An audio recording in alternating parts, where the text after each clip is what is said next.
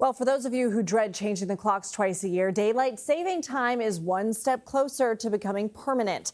The House passed the Sunshine Protection Act yesterday, and while there's interest to take it up in the Senate, Majority Leader John Thune says the main concern is that there's optionality for states. That said, we wanted to take a look at the history of daylight saving time and previous efforts to keep it.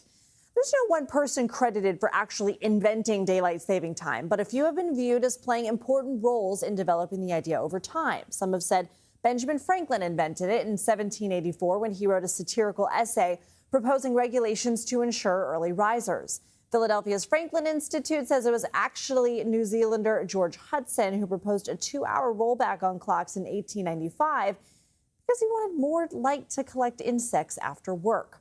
And others say British builder William Willett was behind it. In 1907, he wrote a pamphlet called The Waste of Daylight, which encouraged advancing clocks in the spring so people could get out of bed earlier.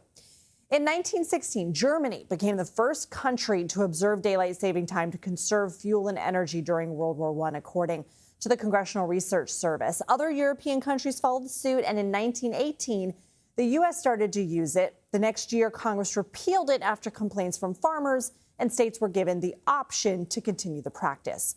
During World War II, the country returned to observing daylight saving time year-round to conserve energy. Then in 1966, Americans started using the system we have today, with clocks falling back in November, springing forward in March. In 1974, Congress tried to again keep daylight saving time year-round in response to the 1973 oil embargo, but it only lasted a few months.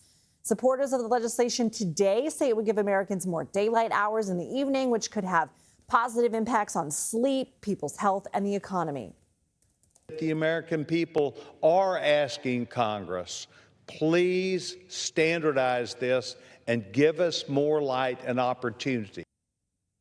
Critics say extended darkness in the morning hours of winter would have negative effects on health and safety. Early morning light is an important environmental cue to set our body's internal clocks and promote alertness. And dim evening light tells our bodies that it is time to sleep. Permanent standard time is a healthier choice. This version has an opt-out feature for states. Hawaii and most of Arizona, for example, observe standard time year-round. The Senate adopted a similar measure in 2022, but it was never taken up in the House. Chelsea.